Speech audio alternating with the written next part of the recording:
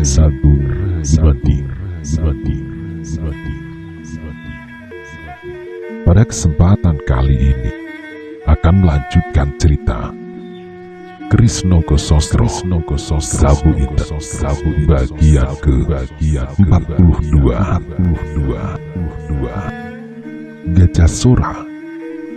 Gajah Sura mengernyitkan alisnya sambil mengingat-ingat cerita gurunya tentang sahabat-sahabatnya. Maisa Jenar juga mencoba untuk menebak-nebak siapakah kiranya yang berdiri di hadapannya itu. Tiba-tiba mereka hampir bersamaan teringat kepada cerita guru masing-masing. Pendekar sakti yang menurut istilah guru mereka sama sekali tampangnya tak berarti. Mungkin orang inilah yang dimaksud. Maka dengan hampir bersamaan pula mereka mengucapkan sebuah nama. Tuankah yang bergelar Titis Anganten dari Banyuwangi? Kembali orang itu tersenyum. Nah, ternyata kalian kenal aku. Guru-gurumu pasti pernah berkata tentang orang yang tampaknya tak berarti. Jawabnya lagi. Lalu terdengarlah ia tertawa nyaring. Aku dengar Kakang Pengging Sepuh telah wafat, katanya tiba-tiba kepada Maisa Jenar. Maisa Jenar tertegun. Rupanya dengan tepat orang itu mengetahui bahwa macan ireng itu berada di sini. Gajah Sura segera menjawab, "Mungkin Tuan, sebab guru tak pernah menyebutkan itu." "Mungkin," sahut orang yang ternyata adalah Titis Anganten, sebab kedatangannya belum seberapa lama. Ketika aku ketahui bahwa alas lodaya kosong, segera aku pergi ke Gunung Tidar. Ketahuilah bahwa orang itulah yang sebenarnya bersama Simarodra. Ia adalah ayah dari istri Simarodra yang sekarang, dan terkaanku adalah tepat. Ia pergi mengunjungi anak perempuannya di Gunung Tidar. Beberapa lama aku terpaksa mengeram mengawasinya. Jadi aku dapat melihat seluruhnya yang terjadi di muka gua Simarodra. Aku dapat melihat kedatangan kalian dari arah yang berbeda, dan aku terpaksa membantu ketajaman sirep yang kau sebarkan, sebab Simarodra itu pun telah mencoba melawannya. Dan karena kami lakukan berdua, maka sirep kami pun menang. Untunglah bahwa Simarodra berdua itu berlari ke dalam pintu rahasia, sehingga ayahnya memerlukan waktu untuk keluar melalui lubang yang lain, sehingga ia baru dapat menyusul kalian sekarang ini. Dan agaknya karena kedatangannya itu ingin dirahasiakan, dan karena kepercayaannya kepada anaknya, ia tidak merasa perlu untuk membantu. Lanjut Titis Anganten. Persoalannya menjadi jelas bagi Maisa Jenar dan Gajah Sura. Ternyata ketika mereka tertidur nyenyak, mereka telah dibangunkan oleh Titis Anganten. Itulah sebabnya mereka merasa seperti dilempar dengan batu. Dan apa yang mereka hasilkan sekarang sebagian adalah karena jasa orang itu pula. Karena itu, sekali lagi mereka mengucapkan terima kasih yang tak terhingga. Tetapi sampai sekarang aku masih belum mengenal nama-nama kalian. Siapakah namamu, anak muda? Tanya Titis Anganten kepada Maisa Jenar. Namaku Maisa Jenar, Tuan. Sebagai seorang prajurit, aku disebut Ronggotoh Jaya. Jawab Maisa Jenar. Titis Anganten mengangguk-angguk. Sudah lama sekali aku tak bertemu dengan Kakang Pengging Sepuh, sehingga aku belum mengenal nama murid-muridnya. Sedang apa yang kau lakukan terhadap lawan-lawanmu dengan Sosro Birowo yang terkenal itu, kau benar-benar mengingatkanku kepada gurumu. Kelak kau telah mengendap benar-benar dan dapat menguasai setiap saluran nafasmu dengan baik, maka dapat diharapkan bahwa kau setidak-tidaknya akan dapat menyamai gurumu. Hanya sayang bahwa gurumu itu tidak lagi berkesempatan menuntunmu lebih lama lagi, sehingga kau harus berjuang sendiri untuk mencapai kesempurnaan, kata Titis Anganten kepada Maisa Jenar. Kemudian Titis Anganten bertanya kepada Gajah Sora, ilmumu lebur saketi ternyata sedikit lebih masak dari Maisa Jenar. Siapakah namamu? Aku bernama Gajah Sora, Tuan, jawab Gajah Sora. Titis Anganten mengernyitkan alisnya. Namamu mirip dengan nama gurumu. Mungkin kau tidak saja muridnya. Menilik wajahmu yang mirip dengan wajah Kakang Sora, kau sejak tadi sudah mengira bahwa kau adalah anaknya, katanya kemudian. Benar, Tuan, aku adalah anaknya yang sulung, jawab Gajah Sora. Kembali Titis Anganten mengangguk-anggukkan kepalanya. Mungkin karena gurumu yang bahkan ayahmu masih selalu dapat mendampingimu, itulah maka ilmumu agak lebih masak sedikit dari Maisa Jenar. Tetapi bagaimanapun aku telah dapat menyaksikan suatu pertunjukan yang luar biasa. Sosro Birowo beradu dengan lebur saketi, dua macam ilmu yang tak ada bandingnya. Lanjutnya, mendengar pujian itu, Maisa Jenar dan Gajah Sora agak canggung pula. Nah, sekarang sarungkan pusaka-pusaka itu, kata Titis Anganten lebih lanjut. Kata-kata itu telah menyadarkan Gajah Sora dan Maisa Jenar bahwa sejak tadi kedua pusaka keramat itu masih saja digenggamnya erat-erat. Karena itu, maka setelah diungkupkan di atas kepala masing-masing, keris itu kemudian disarungkan kembali. Sekarang, kata Titis Anganten melanjutkan, untuk sementara kalian akan aman. Macan ireng itu pasti tidak akan mengganggumu lagi. Tetapi untuk seterusnya kau harus berhati-hati, sebab ilmunya yang dinamainya Macan Liwung itu tak kalah pula dahsyatnya. Mungkin ilmu itu masih belum diturunkan kepada anak atau menantunya. Tetapi dengan kejadian-kejadian ini, tidak mustahil bahwa ia akan menurunkan ilmunya itu segera untuk mendapat tenaga-tenaga yang akan membantunya melawan angkatan tua dan kalian. Akibatnya pastilah besar, apalagi kalau si Marodra itu menghubungi sahabat-sahabatnya. Misalnya Bugel Kaliki dari lembah Gunung Ciremai, mungkin juga dengan Ki Pasingsingan dari Mentau. Setelah Maisa Jenar mendengar kata-kata Maisa Jenar itu, tampaklah Titis Anganten agak terkejut. Tetapi akhirnya ia menjawab juga, "Ya Tuan, Pasingsingan, Guru Lowo Ijo di Mentau." "Ah, barangkali kau keliru Maisa Jenar," kata Titis Anganten. "Tidakkah gurumu sering mengatakan kepadamu bahwa Pasingsingan itu termasuk salah seorang dari kami?" "Benar, benar Tuan," Maisa Jenar menjelaskan. "Tetapi ternyata ia telah mengambil seorang murid yang terkenal dengan sebutan Lowo Ijo, yang termasuk dalam golongan hitam." Kembali wajah Titis Anganten berubah. Rupanya ia tidak menyetujui keterangan Maisa Jenar. "Siapakah yang mengatakan itu kepadamu?" tanyanya. "Aku pernah melukai Lowo Ijo itu dengan Sosro Birowo," jawab Maisa Jenar. "Hal itu terpaksa aku lakukan karena Lowo Ijo mempergunakan cincin bermata aki yang merah menyala dan beracun. Pada saat itulah muncul pasing-singan yang akan membunuhku.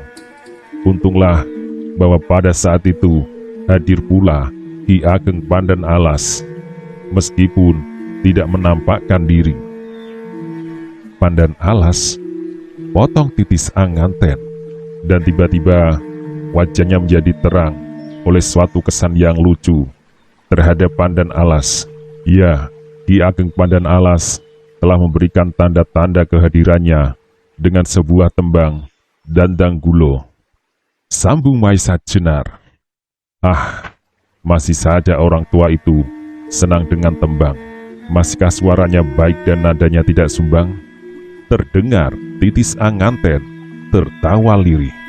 Mendengar pertanyaan itu, segera Maisa Jenar menjawab. Orang itu memakai kedok kayu yang kasar. Betul, kau betul. Pasing-singan itu mungkin berwajah bopeng, sehingga ia malu menampakkan wajahnya. Kami, sahabat-sahabatnya pun, belum pernah mengenal wajahnya yang asli. Dan batu merah yang disebutnya Aki Kelabang Sayuto itu benar-benar miliknya. Tetapi titis anganten berhenti sebentar, lalu melanjutkannya. Aneh, kalau ia termasuk aliran hitam. Menurut Ki Ageng Pandan Alas, beliau meragukan keaslian pasing-singan itu, sahut Maisa Jenar. Kembali titis anganten terkejut. Mungkin, tetapi setan mana yang berani mengaku pasing-singan itu? Pasti ia termasuk dalam tingkatan orang tua itu pula. Kalau tidak, barangkali umurnya tidak akan lebih dari 1 hari saja. Titis anganten berhenti berbicara. Tampaklah ia sedang berpikir. Lalu tiba-tiba katanya, "Nah, Gajah Sora dan Maisa Jenar, pulanglah kalian. Sebaiknya Kakang Sora Dipayana segera diberitahu mengenai kehadiran si Marodra. Perkara pasing-singan biarlah diurus oleh Pandan Alas yang sudah tidak punya urusan apa-apa lagi kecuali bertanam jagung. Ya, memang ia suka menanam jagung. Itulah pokok makanannya. Ia sama sekali tidak pernah makan beras." Kemudian terdengar titis anganten itu tertawa, lalu sambungnya, "Kalau Kakang Sora Dipayana sudah tahu, selesai tugasku. Aku ingin melanjutkan perjalanan ke barat. Mumpung aku sudah sampai di sini, aku ingin mengunjungi Kakang di Gunung Slamet. Tetapi tidakkah Tuan hendak singgah di rumahku?" sahut Gajah Sora. "Dan mungkin Tuan akan dapat bertemu dengan ayah. Barangkali pertemuan itu dapat mengembirakan ayah." Titis anganten menggelengkan kepalanya. Pertemuan semacam itu selalu menjadi pembicaraan orang, apalagi di daerah yang sedang ribut ini. Katakanlah bahwa aku akan datang besok, kalau aku akan pulang ke Banyuwangi. Ketahuilah bahwa aku di sini, segala sesuatu tak dapat dirahasiakan kalau kita tidak melakukannya dengan sembunyi-sembunyi. Sekarang aku sudah lelah setelah bersembunyi beberapa hari mengintip si Marodra. Nah, selamat berpisah. Salam buat ayahmu, Gajah Sora," katanya. Setelah itu, Gajah Sora dan Maisa Jenar tidak sempat lagi untuk mengatakan sesuatu, sebab segera titis anganten melangkah pergi menyelinap di antara dedaunan dan hilang di telan gelap. Tinggallah kini Gajah Sora dan Maisa Jenar yang segera teringat kepada pekerjaannya.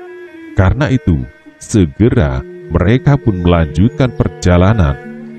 Makin cepat mereka sampai ke Banyu Biru, makin amanlah keris yang dipertaruhkannya itu. Sampai di Soropadan, segera mereka memotong jalan ke Bergota. Mereka berjalan dengan cepat tanpa henti, sebab bagaimanapun kemungkinan si Marodra akan menyusul mereka masih tetap ada. Meskipun titis anganten telah mengatakan bahwa untuk sementara mereka dapat merasa aman. Demikianlah mereka berjalan tanpa berhenti, sehingga pada hari berikutnya, ketika matahari sudah condong ke barat, mereka dengan selamat sampai ke Banyu Biru. Beberapa orang yang sedang bekerja di sawah segera berhenti memandang ke arah Gajah Sora dan Maesa Jenar. Bahkan beberapa orang datang berlari-lari menyambut kepala daerah perdikan mereka. Segera jalan-jalan yang akan mereka lewati menjadi ramai. Mereka menyambut dengan tulus dan bangga atas kepala daerah mereka yang mereka taati. Tetapi tak seorang pun dari mereka yang mengetahui bahwa kepala daerah mereka itu baru saja menyelesaikan suatu pekerjaan yang hampir membawa nyawanya. Beberapa orang yang berdiri di tepi jalan itu bersorak-sorak ramai, tetapi ada pula yang berbisik, "Dari manakah Ki Ageng Gajah Sora itu? Dan siapakah kawan seperjalanannya itu?" Tampaklah kesibukan yang luar biasa. Hal ini disebabkan tak seorang pun dari penduduk Banyu Biru yang mengetahui bahwa Ki Ageng Gajah Sora pergi meninggalkan kota. Tiba-tiba mereka melihat Ki Ageng Gajah Sora telah kembali. Maesa Jenar menyaksikan sambutan rakyat yang meriah itu dengan hati yang berdebar-debar. Tampaklah betapa Ki Ageng Gajah Sora memiliki sifat kepemimpinan yang tinggi, sehingga rakyatnya sangat mencintainya. Di kiri kanan jalan, di balik pagar manusia yang menyambutnya, tampaklah halaman-halaman yang luas dan bersih. Dan di atas halaman-halaman itu berdiri rumah-rumah yang besar dan bagus. Hal itu memberi pertanda bahwa Banyu Biru tergolong daerah yang berkecukupan. Apalagi ketika Maesa Jenar menyaksikan bahwa pada umumnya lumbung-lumbung mereka sama sekali tak berdinding. Malahan ada yang bentuknya hanya seperti payung yang berdaun lebar. Maka dapatlah diambil kesimpulan bahwa daerah itu merupakan daerah yang aman dan makmur. Banyu Biru terletak di lambung Bukit Telomoyo di kaki Gunung Merbabu sebelah utara. Di hadapannya terbentang dataran tinggi yang dibagi dalam dua jenis tanah. Di sebelah barat merupakan tanah persawahan yang subur, sedang di sebelah timur terdapat sebuah rowo yang besar. Kemudian di bagian utara dari rowo-rowo itu ditumbuhi pohon-pohon liar yang lebat disambung dengan hutan-hutan belukar. Di dalam hutan-hutan belukar yang berawa-rawa itu bersembunyi gerombolan uling yang terkenal dengan sepasang uling dari Rowo Pening. Daerahnya merupakan daerah yang sangat sulit dicapai. Meskipun demikian, sepasang ulin itu telah membuat sendiri jalan rahasia menuju sarangnya. Bagi rakyat Banyu Biru, sawah serta Rowo Pening itu merupakan sumber penghasilan yang utama. Rowo Pening terkenal banyak sekali menyimpan ikan-ikan rowo yang besar-besar, sehingga dengan demikian penghidupan mereka agak dapat terjamin pula. Sedangkan gerombolan uling itu sama sekali tak berani mengganggu mereka, sebab di bawah pimpinan Ki Ageng Gajah Sora, rakyat Banyu Biru merupakan rakyat yang kuat lahir dan batinnya. Demikianlah maka Ki Ageng Gajah Sora di sepanjang jalan melambai-lambaikan tangannya untuk menyambut sorak-sorak rakyatnya. Tiada lama berselang terdengarlah derap beberapa ekor kuda yang datang dari arah depan, dan muncullah dari kelokan jalan beberapa orang berkuda menyongsong kedatangan Ki Ageng Gajah Sora dan Maesa Jenar. Demikian kuda-kuda itu mendekati Ki Ageng Gajah Sora, meloncatlah seorang yang bertubuh agak pendek dan gemuk dari atas kudanya. Wajahnya meskipun sudah ditandai dengan garis-garis umur, tetapi tampak kekanak-kanakan dan jenaka, kecuali kuda yang dinaikinya.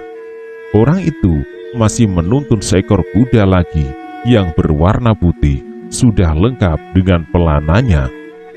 Ketika yang lain melihat orang itu meloncat turun, maka berloncatan pula lah mereka dari kuda-kuda mereka. Maka berkatalah orang yang pendek gemuk itu dengan suara berderai, "Anak Mas Gajah Sora, hampir opening aku suruh adu-adu untuk mencari anak Mas.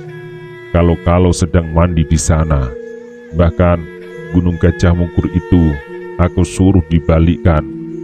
Mungkin anak Mas terselip di dalamnya. Sungguh pandai anak Mas, membikin orang tua bingung. Kemanakah anak Mas selama beberapa hari ini? Kemanakah anak Mas selama beberapa hari ini?" Ki Ageng Gajah Sora tersenyum, "Tetapi tak sesuatu yang paman lakukan. Untunglah aku selamat," jawabnya. Alis orang tua yang sudah memutih itu bergerak-gerak. "Aku sudah memerintahkan, tetapi Nyi Ageng melarangnya. Katanya aku disuruh menunggu sampai seminggu ini. Kalau tidak, Nyi Ageng sendiri yang akan memberi perintah untuk mencari anak Mas," katanya. Kembali Gajah Sora tersenyum. "Dan sekarang aku sudah kembali orang tua itu berkata. Aku memang sudah mendapat kesimpulan bahwa anak Mas pergi untuk sesuatu tugas yang tak akan seorang pun boleh mengetahui kecuali Nyi Ageng. Kalau tidak, pastilah Nyi Ageng Sora sudah ribut sejak semula." Lalu terdengarlah suara itu tertawa berderai. "Karena itu aku tidak berusaha lagi untuk mencari anak Mas. Dan sekarang anak Mas sudah pulang dengan selamat bersama-sama seorang yang belum aku kenal," sambungnya.